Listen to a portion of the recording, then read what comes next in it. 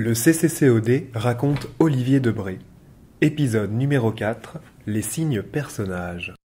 L'ensemble graphique de la donation Debré au CCCOD rend compte des différentes techniques exploitées par l'artiste. Encre, lavis, gouache, fusain, peinture à l'aluminium et même utilisation du sable.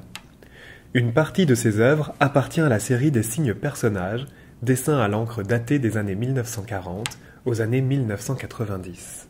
Signes personnages, c'est ainsi que l'artiste avait choisi de nommer toute une série d'œuvres abondamment développées de la fin des années 1940 au début des années 1990, centrées sur la représentation symbolique de la figure humaine.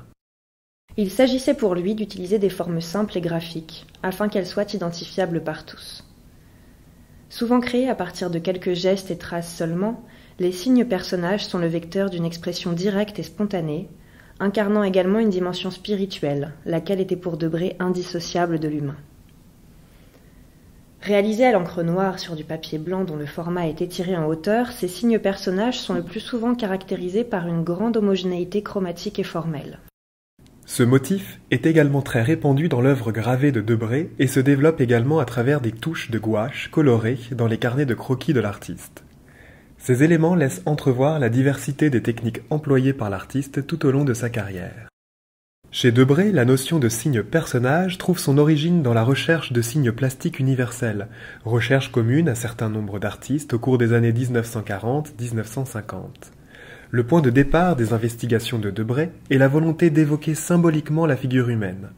Pour lui, la caractéristique inhérente à l'humanité étant le sourire, il commence, au cours des années 1940, à peindre des virgules qui se propagent à travers des compositions. Elles peuvent rappeler la fossette qui se creuse dans la joue lorsque l'on sourit. Il cherche en fait un signe qui soit vivant et qui puisse être l'incarnation d'une émotion. Peu à peu, ces virgules forment des corps horizontaux qui se redressent dès la fin des années 1940, des formes verticales archétypales et solides qui s'étirent en hauteur. La partie supérieure, toujours plus large, donne au regardeur l'impression qu'il perçoit des épaules, et par extension une silhouette humaine générique. L'homme s'étire vers le ciel et y est ancré. C'est pour l'artiste une manière de signifier la nature spirituelle de l'humanité.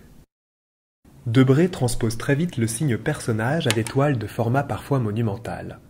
L'archétype se décline à travers de nombreux tableaux aux teintes le plus souvent rabattues et peu contrastées, et à la pâte appliquée selon une touche maçonnée qui architecture la composition et fige le signe personnage dans un hiératisme presque archaïque.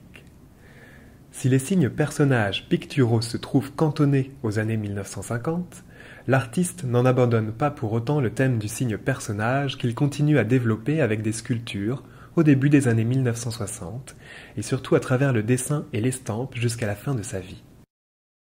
On y observe à partir des années 1980 davantage de spontanéité et de liberté gestuelle, en particulier lorsque les signes personnages sont réalisés à l'encre de Chine et au lavis, à l'aide parfois de seulement 2 ou 3 traces.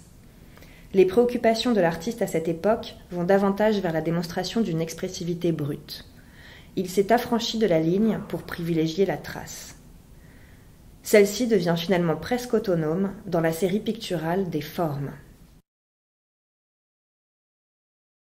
Le Centre de création contemporaine Olivier Debré de Tours, donnant à découvrir des expositions d'artistes vivants et chargé d'accompagner la production de nouvelles œuvres, conserve aussi depuis 2016 des œuvres issues d'une donation Debré, 5 toiles monumentales et 150 œuvres graphiques.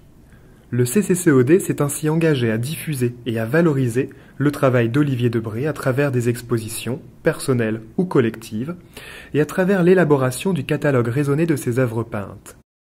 N'hésitez pas à visiter sur notre site la page consacrée à Olivier Debré et à nous contacter pour toute question au sujet de l'inclusion d'œuvres au catalogue raisonné.